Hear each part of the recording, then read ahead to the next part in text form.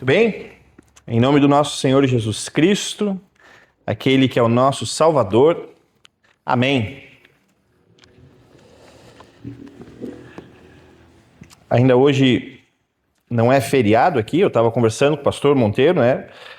A nossa cidade aqui em Novo Hamburgo escolheu o dia da Ascensão para ser feriado, né?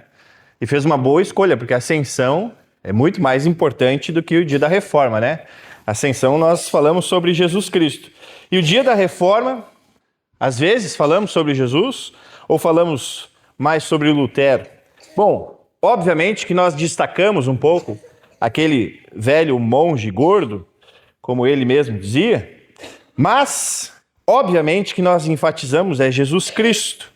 E por isso, quem tem a sua Bíblia aí ou o seu aplicativo, vamos dar uma olhada lá no texto de João e vamos voltar um pouco, vamos entrar nesse contexto muito interessante que Jesus estava passando aqui, ao ponto de os irmãos de Jesus não crerem nele.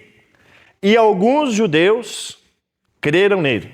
Vejam que interessante isso. O texto vai nos dizer que alguns dos irmãos não acreditavam em Jesus e depois vai dizer que alguns judeus que viram Jesus fazer algumas coisas, mas principalmente algo que Jesus disse, acabaram crendo nele e logo depois que creram, Jesus já fala algo um pouco mais, digamos assim, confrontador. Lá no capítulo 7, logo no início do capítulo 7, nós temos ali uma informação muito importante, onde diz que Jesus, que tinha começado a andar pela Galileia, ele não queria andar por uma outra região chamada Judeia, pois tinha líderes ali que queriam matar ele. E olha, esse capítulo 7, quando nós vamos lendo, dá uma aflição, tipo quem matou Odete Roitman, né? A gente fica ali, agora, quem será que fez isso? Porque o tempo todo é alguém tentando matar Jesus. E aí o que Jesus faz? Estão querendo me matar? Então eu vou dizer o seguinte, vão vocês primeiro, depois eu vou. E aí os irmãos de Jesus dizem, mas Jesus, se você quer ser conhecido, você precisa ir lá pela Galileia. Porque se você faz essas coisas que você faz, lá você vai ser reconhecido. Os irmãos de Jesus disseram isso. E aí João nos diz que os irmãos não acreditavam em Jesus. Os irmãos de Jesus não criam em Jesus. Por quê? Porque eles estavam olhando apenas para Jesus como mais um desses aí que veio, digamos assim, curar, libertar, fazer algumas coisas extraordinárias e depois iria embora. E nesse sentido, então, nós vamos acompanhando esse capítulo 7 e ele vai indo. E aí também nos é dito mais uma coisa que era muito comum naquele tempo. Festa. Mais uma festa. Olha, se a gente começa a ler o texto bíblico, e principalmente lá o Antigo Testamento, era festa atrás de festa. Meu, que povo que gostava de festa. E aí tinha a festa das barracas, ou a festa do tabernáculo. E o que eles faziam nessa festa? Essa festa era muito legal. Por quê? Porque as famílias, elas montavam suas tendas. Elas saíam das suas casas, montavam as suas tendas e ficavam ali 7 dias mais um. E nesses 7 dias eles ficavam lá, digamos assim, restringindo um pouco do uso da água. E no 8º dia eles iluminavam a cidade.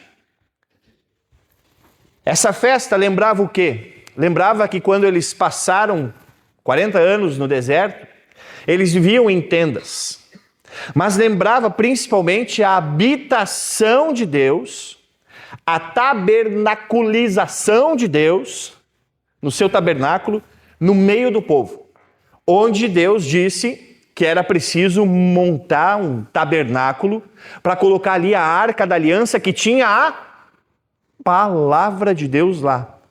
As 10 palavras estavam na Arca da Aliança, que nós hoje chamamos de mandamentos, né? Mas as 10 palavras estavam lá naquela Arca da Aliança, que estava num tabernáculo que acompanhava o povo com as suas barracas. E no deserto se tinha uma restrição de água. A água não era tão abundante. Então Deus tinha que providenciar água, assim como pão. E olha só, Jesus vai andando no meio dessa festa durante esses dias, fazendo alguns milagres, mas tendo um embate em palavras com líderes judeus muito forte. Tanto é que ele não vai junto com seus discípulos e aparece do nada. No meio do povo ele aparece e aí ele começa a falar que ele é o eu sou, que ele é o Filho de Deus, que ele é aquele pelo qual Deus enviou, que ele e o Pai são testemunhas do que ele está fazendo, porque na lei dizia que para uma coisa ser verdade, tinha que ter duas testemunhas. E aí Jesus diz que o que ele fala é verdade, porque existe duas testemunhas. O Pai que lhe enviou e ele mesmo. E aí nesse contexto muito legal, vejam, barracas, tabernáculos, as pessoas fora das suas casas, morando durante 7 dias em tendas, com privação de água. E no 8º dia, a cidade ficava completamente iluminada. Para eles lembrarem da libertação de Deus. Então, muitos candelabros eram acesos no 8º dia. No meio dessa festa, Jesus diz que ele é a fonte da água da vida. Jesus usava a percepção completa das pessoas, intelectual, sensorial e cultural. No meio de uma festa onde as pessoas estavam se privando de água para lembrar o momento em que eles passaram no deserto, Jesus diz que ele é a fonte da água da vida. Que quem beber dele nunca mais terá sede. Imagina as pessoas ali, né? Eu estou com sede agora. Eu acho que eu entendi o que ele falou. E depois, no 8º dia, onde a cidade estava toda iluminada à noite, com os diversos candelabros, Jesus diz que ele é a luz do mundo. Jesus fala que ele é a luz do mundo. E quando ele fala isso, alguém diz, você está dizendo blasfêmias. E aí é interessante que alguns elogiando Jesus até dizem que ele está com um demônio. Não, esse cara, para falar essas coisas maravilhosas, só deve estar com um demônio. Eu fiquei pensando quando eu li esse texto, eles estão querendo elogiar de Jesus, dizendo que ele está com demônio. Por quê? Porque na percepção deles, alguém só poderia dizer isso de forma sobrenatural. Porque o que Jesus dizia era muito forte. Então Jesus, ele pega então diz que eu sou quem sou. Quando de fato perguntam para ele, quem é você? E ele diz isso, eu sou quem sou. Por quê? Porque os líderes ali queriam pegar Jesus. E aí tem um velho conhecido de Jesus aqui nesse contexto, um cara chamado Nicodemos. Vocês lembram do Nicodemos? Nós normalmente lembramos ele mais em alguma outra época do ano, né, onde Nicodemos vai perguntar para Jesus. Vai falar com Jesus. E nesse momento em que querem matar Jesus de novo, porque o tempo todo o texto dá uma aflição, porque é assim, então eles estavam procurando provas para matar Jesus. Então eles se reuniram para apedrejar Jesus. Tanto é que eles levam uma mulher adúltera, uma mulher pecadora, né? Uma prostituta, e levam lá para Jesus justamente para pegar Jesus. E aí eles chegam lá e dizem, Jesus, essa mulher é pecadora. E aí Jesus, é muito bom, cara. Ele gostava de provocar os caras. Ele ficava dizendo esses enigmas, eu sou a fonte da água da vida. Jesus, a gente quer uma confissão um pouco mais entendível. Não, mas eu sou a luz do mundo. Quem é você? Mas eu sou quem sou. Então tá, essa mulher é pecadora? Jesus se agacha e começa a escrever no chão. Aí esse silêncio. Aqueles que queriam matar Jesus. Tá louco da cabeça, cara? A gente só quer que você responda. Aí Jesus continua ali escrevendo no chão, ele se levanta e diz, aquele que não tem pecado, atire a primeira pedra. Ó o contexto. Ele volta a escrever no chão. Ele se levanta, diz isso, né? dá essa lacrada aí, né, diga assim, joga na cara deles e volta para escrever de novo. E é muito legal a forma como que João descreve. Ele fala isso, ele volta, e aí João começa a dizer o seguinte: um a um eles foram indo embora. Os mais velhos primeiro, e depois os mais jovens. Foram largando as pedras e indo embora. Quando Jesus se levantou, só estava ele e a mulher. Permaneceu ele e a mulher. E o que Jesus tinha dito? Aquele que não tem pecado, atire a primeira pedra. Todos foram embora.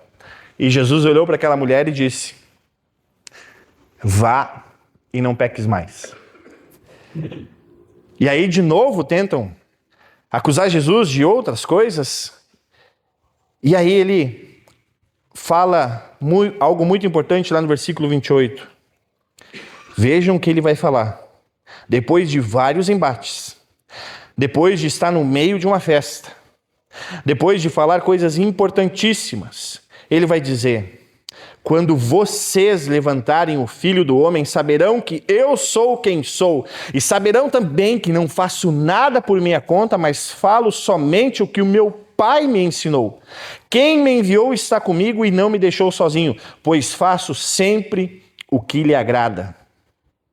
E João nos dá uma informação extremamente importante. Quando Jesus disse isso, muitos creram nele.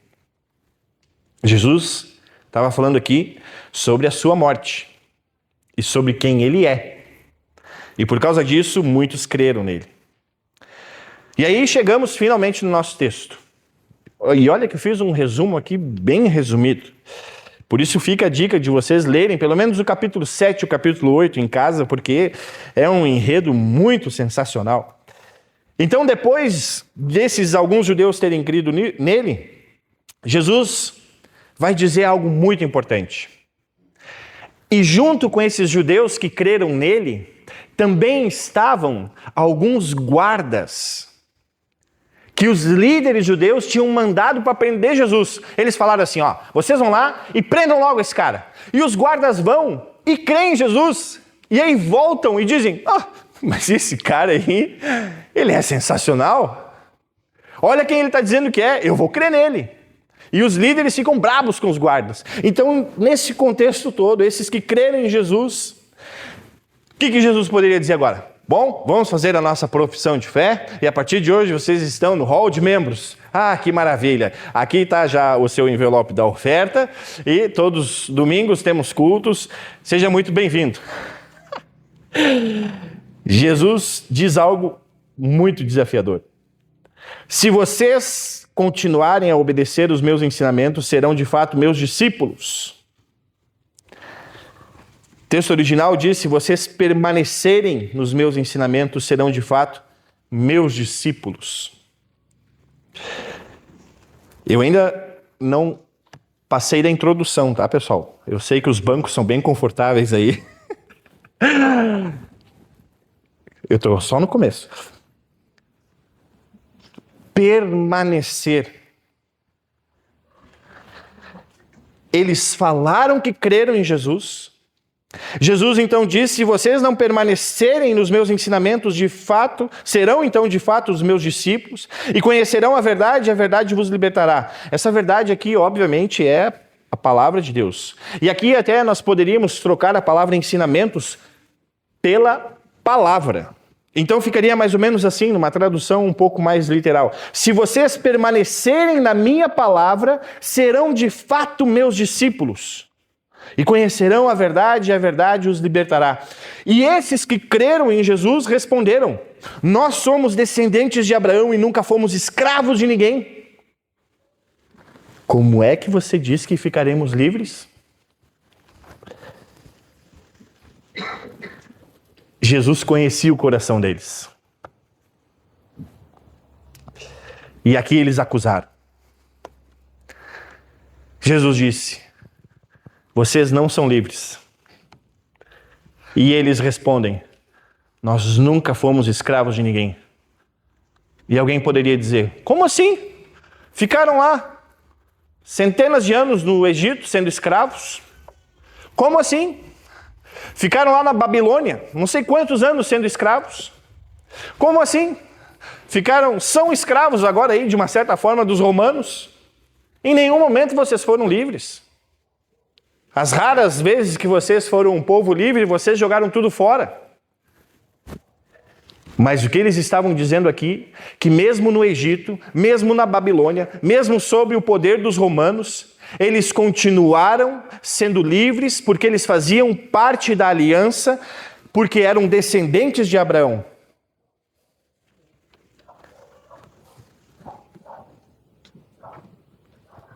E Jesus, então, responde para eles: eu afirmo a vocês que isso é verdade, quem peca é escravo do pecado. O escravo não fica sempre com a família, mas o filho sempre faz parte da família. Se o filho os libertar, vocês serão de fato livres. Eu sei que vocês são descendentes de Abraão, porém estão tentando me matar porque não aceitam os meus ensinamentos. Eu falo das coisas que o meu pai me mostrou, mas vocês fazem o que aprenderam com o pai de vocês. Jesus pegou no ponto fraco deles. Vejam, o capítulo 7 todo nos mostra ações de Jesus mostrando quem ele é, falas de Jesus mostrando quem ele lhe enviou, e no momento crucial as pessoas voltam a dizer: tudo bem que você disse tudo isso, a gente crê, mas a nossa descendência de Abraão é o que nos liberta. E Jesus vai dizer: não, a descendência de Abraão não liberta vocês, porque a descendência de Abraão só foi necessária para que ele mesmo viesse, que Jesus viesse. Nada mais. A descendência de Abraão não salva. O que salva é o descendente. E quem é o descendente? Jesus. Essa é a salvação. Eu poderia dizer: mas pelo menos eu conheço da minha família, já são 5 gerações de luteranos. Se hoje eu estou aqui, é porque o meu pai era luterano, é porque o meu avô era luterano, porque o meu bisavô e o meu tataravô eram luteranos. Então hoje eu sou da descendência, e até posso inventar que eu sou descendente de Lutero, mas nesse sentido eu poderia estar firme ou tranquilo dizendo que eu só creio hoje porque algo me acompanhou. Se eu dissesse isso, estaria dizendo igual é dito aqui. Por quê? Porque precisamos olhar para Jesus e a liberdade que ele nos dá. E aí Jesus fala de uma liberdade que é muito complicada, que é a liberdade do pecado. Lembram da história da prostituta? O que Jesus disse? Depois de irritar um pouco eles, escrevendo na areia, ele disse: quem não tem pecado, atire a primeira pedra. Por que naquele momento eles não disseram: nós somos descendentes de Abraão? Eles não disseram isso. Eles disseram nada. Largaram suas pedras e meteram o pé, José. Quando Jesus fala que ele veio libertar eles do pecado, nós logo voltamos e lembramos: não tinha ninguém que não tinha pecado. Todos têm pecado, e eles sabem disso. E quando Jesus diz isso, é algo que nos lembra onde nós moramos, onde nós estamos, onde nós permanecemos. Infelizmente, nós permanecemos, nós habitamos no pecado. Não tem como separar essas coisas. Por mais que nós lutemos, e nós fazemos isso, os nossos pais nos ensinam a fazer isso, pelo menos tentam. Ensinar que precisamos ser pessoas corretas, precisamos fazer aquilo que é bom, precisamos lutar, às vezes, contra aquilo que achamos que seja bom. E nesse sentido, Jesus vem nos dar de novo um banho de água fria e diz: se vocês não forem libertos do pecado, continuarão sempre escravos. Por isso, o Filho precisa libertar. Para quê? Para permanecer na casa. Jesus De novo, assim como ele tinha feito um jogo de palavras com a fonte da água da vida, assim como ele fez um jogo de palavras com a luz do mundo, assim ele faz um jogo de palavras de novo falando sobre a habitação, o permanecer na festa das barracas, no tabernáculo, mostrando que agora a palavra, ela vai permanecer no ser humano, para que essa palavra liberte o ser humano do pecado, porque o pecado não mais permaneça no ser humano. E o que João diz no início do seu livro? O Verbo se fez carne e habitou, permanece entre nós. O que nós confessamos na Santa Ceia? Que Jesus está ali. O que nós confessamos como igreja? Que Jesus permanece com a igreja.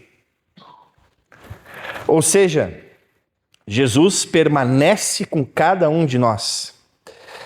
E isso é muito importante, porque visitar a palavra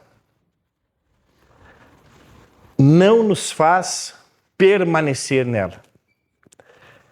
E o que seria isso? Visitar a palavra seríamos usar a palavra apenas como uma lembrança de que somos descendentes de algo. Como eles estavam fazendo. Pá! Apertou o calo aqui. Ah, mas peraí, eu sou cristão. Eu tenho a palavra aqui. Deixa eu dar uma olhadinha. Vamos ver aqui um versículo. Deixa eu jogar aqui no Google. Um versículo motivacional para momento de tristeza. Aí tá lá o Senhor, eu tenho pastor, nada me fala. Ufa, tá aqui. Agora eu vou botar no Instagram, vou botar uma musiquinha de fundo. Deus, eu tenho tantas bênçãos. E aí agora sim, ufa. Nossa, como eu tô me sentindo bem. Como a Bíblia é boa, né? Que maravilha. Tá bom. Aí passa 2, 3 meses, acontece outra coisa. Meu Deus, onde é que tá? Deixa eu bater aqui. Deixa eu dar uma olhadinha de novo na palavra. Porque agora eu preciso colocar eu tenho inveja. Aí eu vou botar um versículo bíblico. Google, um versículo para inveja. Deus ajuda quem cedo madruga. É isso aí, tá na Bíblia. Não sei onde, mas deve estar. Por quê? Porque visitar a palavra faz com que a gente seja de novo escravo do pecado. Agora, permanecer na palavra, Jesus vai nos dizer algo não tão bom assim.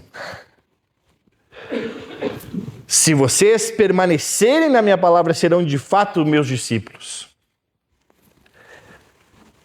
E esse convite nós precisamos refazer. Assim como Lutero refez para uma igreja que estava de novo crendo na sua descendência, crendo na sua vontade. Lutero disse, vamos novamente permanecer na palavra. E nós hoje precisamos, no nosso dia a dia, permanecer na palavra. O que seria isso? Seria então nós agora, todo dia de manhã, lermos pelo menos 2, 3, 4 livros, enfim, e estudarmos, sermos bons teólogos? Não. Permanecer na palavra é lembrarmos que somos libertos do pecado todos os dias. Agradecermos a Jesus Cristo todos os dias, porque Ele habita em nós e não mais o pecado. E pedirmos o auxílio do Espírito Santo para que o pecado não faça morada de novo em nós. E o que o pecado é? É algo que nos afasta de Deus. É algo que nos diz, não é bem assim. Por isso a palavra de Deus nos volta, e Jesus volta a dizer que precisamos estar firmes ou pertencentes a Ele, ou habitando nele. E eu digo para vocês, assim como Jesus diz para nós, ser livre é saber quem é o nosso Senhor. Se você tem dúvida de quem é o seu Senhor, você não é livre. Se você diz que não tem Senhor, você não é livre. Aqueles que dizem, sim, eu creio, esses são de fato os livres. Por quê? Porque no dia do juízo, ninguém vai atirar uma pedra em nós. Porque os nossos pecados estão perdoados. Nós vivemos agora uma nova vida. Habitem, permaneçam estejam. O culto é uma das melhores formas com que Deus ainda continuou instruindo a sua igreja a nos ensinar a permanecer firmes. Mas façam isso também na casa de vocês, façam isso no dia a dia de vocês, lembrando e compartilhando que Jesus Cristo quer libertar todos do pecado, para que todos possam viver com Ele. Em nome do nosso Cristo, aquele que permanece em cada um de nós, amém. Os convido a ficar em pé, nós vamos orar. Amado Pai Celestial, graças nós te damos porque teu Espírito Santo aquece o nosso coração, nos instiga, nos desafia a ficarmos sempre observando, cuidando e permanecendo nessa palavra que é o próprio Jesus Cristo. Que essa igreja, que essa congregação, que todas essas congregações aqui presentes hoje possam continuar ensinando e sendo motivadas pelo teu Espírito Santo a viver essa liberdade. Em nome do nosso Senhor Jesus, amém. Nós cantamos o ofertório. Cria em mim, ó Deus, um puro coração e renova em mim o espírito reto.